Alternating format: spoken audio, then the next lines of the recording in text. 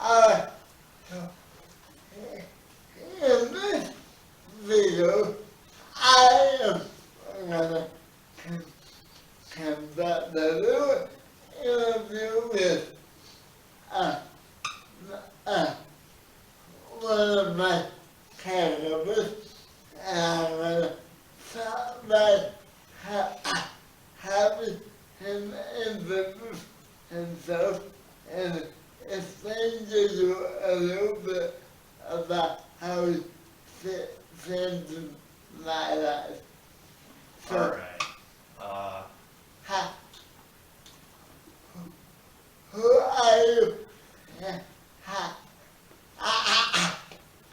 How did I get here? Who are you and how did we become acquainted? Okay, all right. I'm Joel. I've been a caregiver for a couple years. I've been working with Mike for about a year.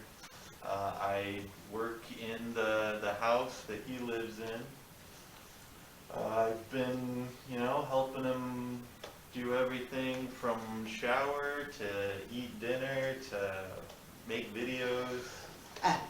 And if he is familiar with his very much that, if he even sounds familiar, it says he is the guy who's holding the camera.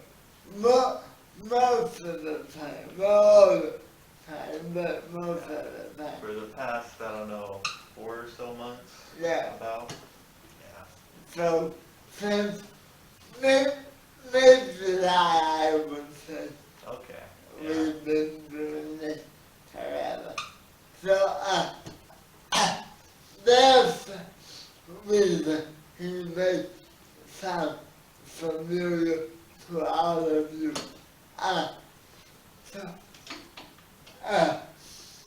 What is the best way I have impacted you in the time we've been working together? Okay.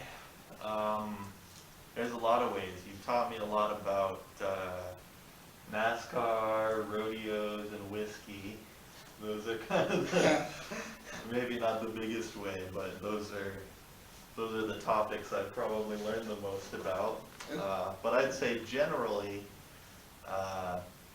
you've just kind of shown me that no matter what kind of physical challenges you have, it's still possible to have just an insane amount of drive and ideas and work ethic. And those of you who know me and watch my channel, that's how I do. Outside of the person holding the camera, I run all this myself. I don't have an editor. I don't have a sound guy. I don't have any promotional team. They have to know me. So what he says is 100% true. I will work myself to the bone, and I hope, as he says, I hope I pass out with the sound that I have.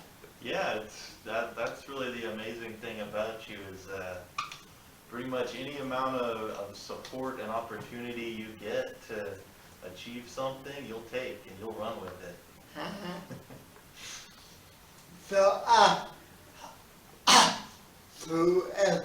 to move after that a little bit,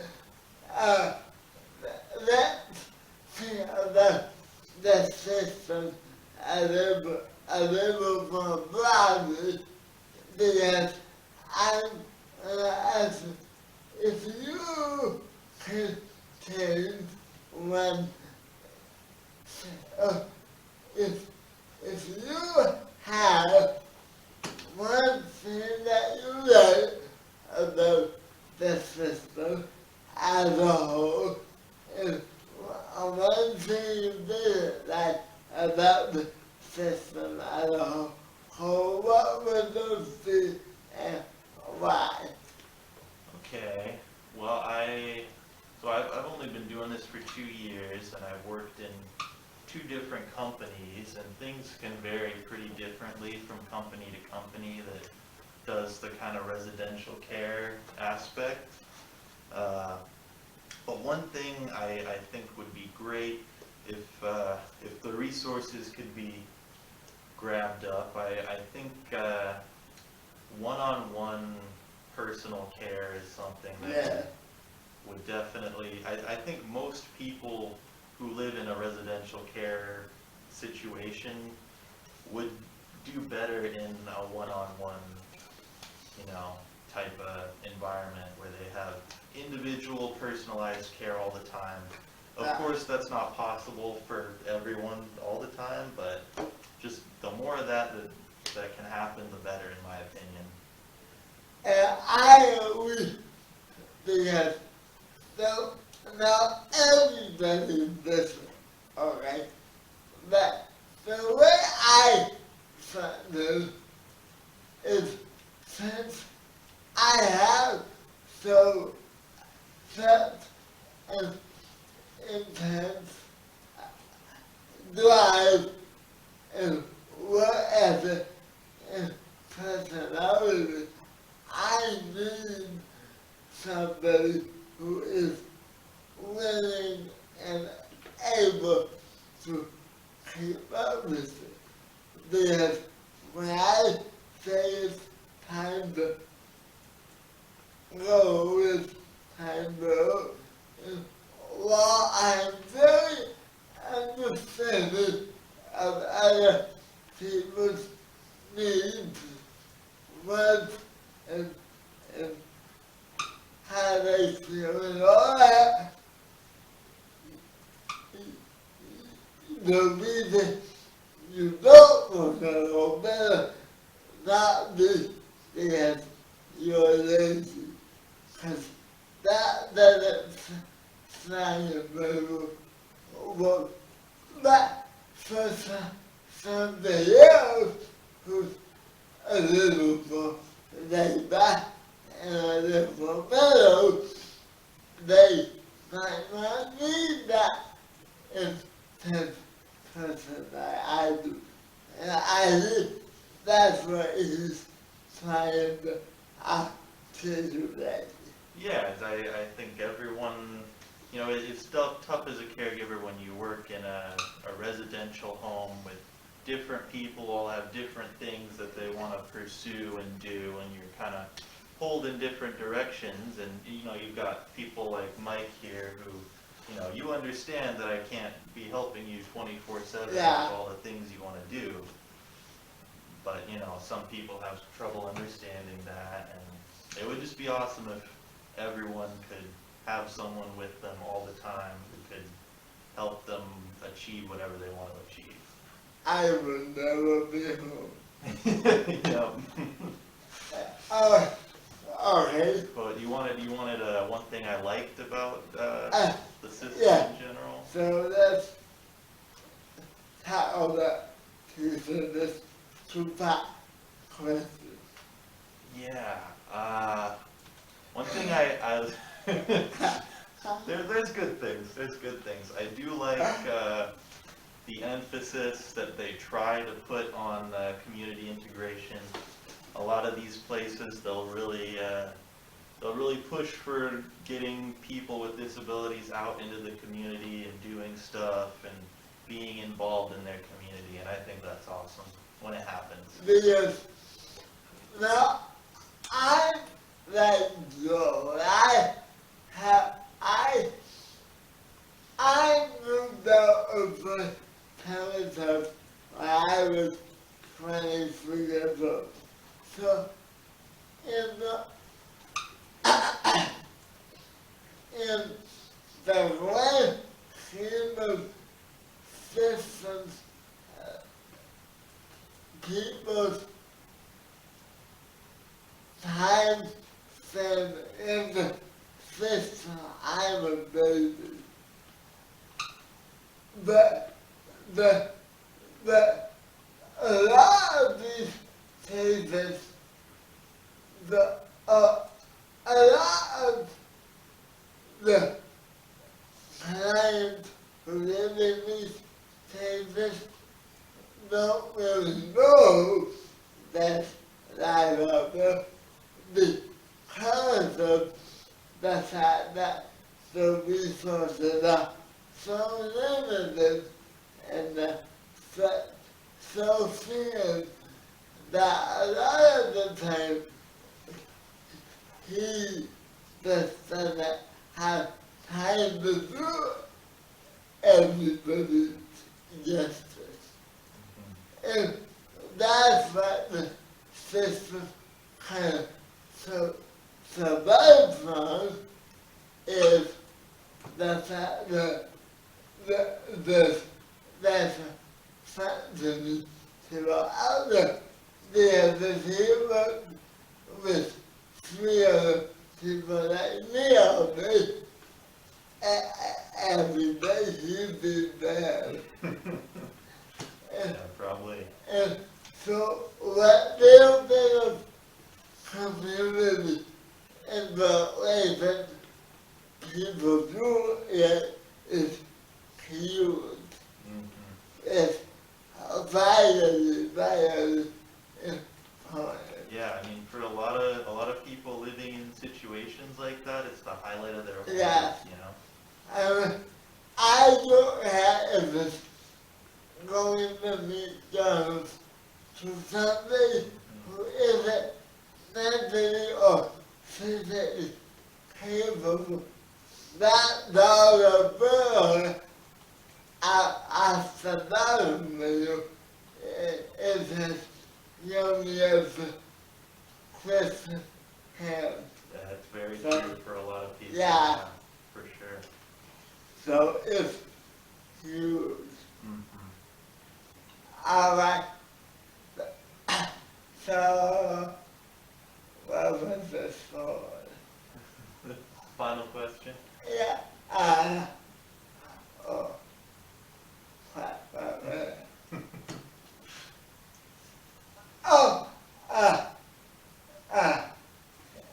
If you could give any advice to somebody who's in the so what would it be?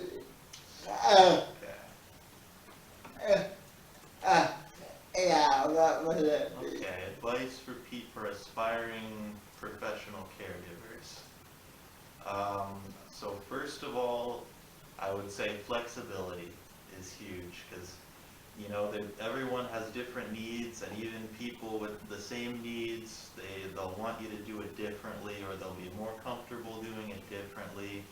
You know, from feeding to bathing to everything, just you're going to want to communicate wherever you can. Obviously, some people, they can't communicate with you very easily, but just however you can, figure out the best way to do things for the person. There's no one-size-fits-all in caregiving, really. It's going to be different for every single person you work with. That all kind of ties into that one-on-one thing. And why I would wholeheartedly agree that needs to be emphasized. And I think I have one more piece of advice, and that is don't be afraid to slow down, because in a lot of jobs that you get, they want you to just move, and get your job done as fast as humanly possible. But when it comes to taking care of people with disabilities, it's actually better a lot of times to just really focus on finding what their pace is and the speed that they need to move at, so that they feel involved in what's happening, and they know what's going on and what's coming next. you're not rushing them or, you know. Yeah. No, to touch on that, I am gonna talk a little bit about the further here. I have a friend who I went to school with, we're best friends to this day. And he is affected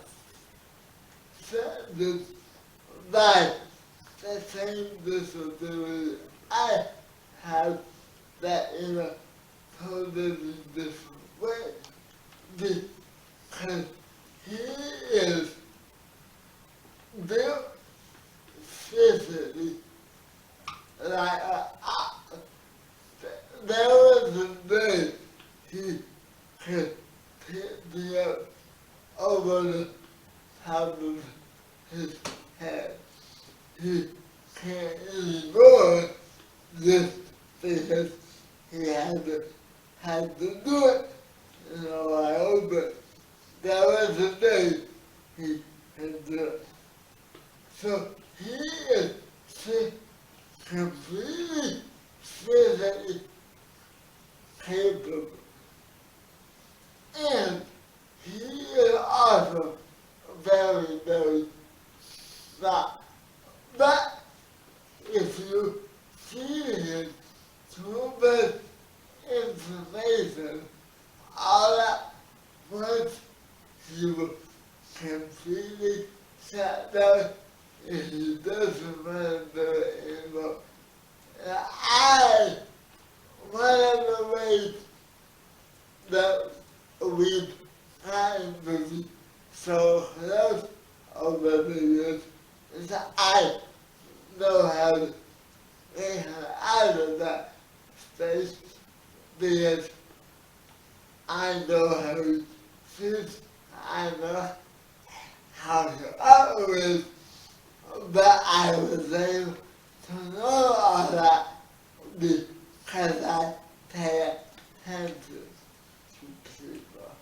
That, honestly, I think that's one of the biggest pieces of advice, if I could boil it down, is just pay attention to people. Yeah. Pay attention to how they're feeling, what they're doing, how they're acting, make connections. Yeah. Really think about, you know, how people are working. And Maya, if you see this, one of these days, I'm gonna hire us to the beer holder. You and I I'm gonna do one of these.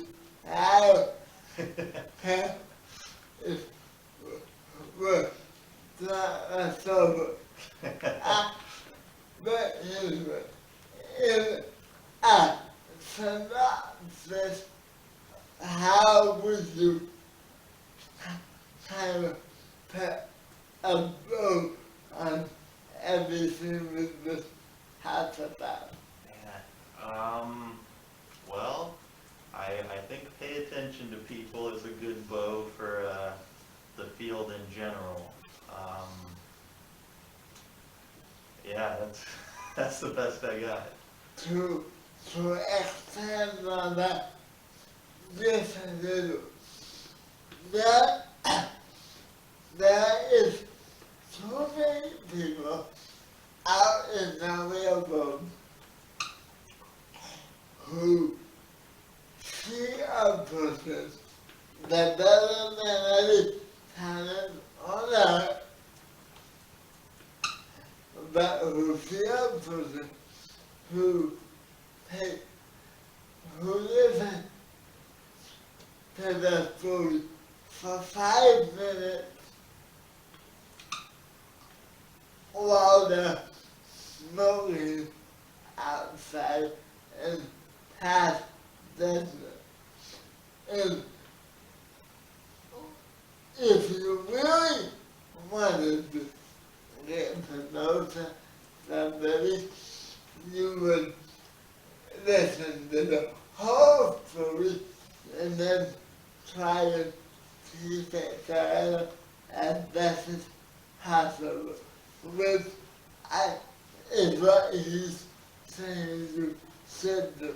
I wholeheartedly agree with it. Sounds like I was saying, yeah, this has made it all part of my life and my mother.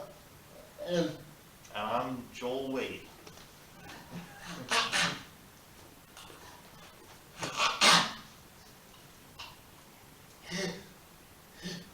he, along with all of you, are part of my life. You will do it, and I will see you in the next half of the time.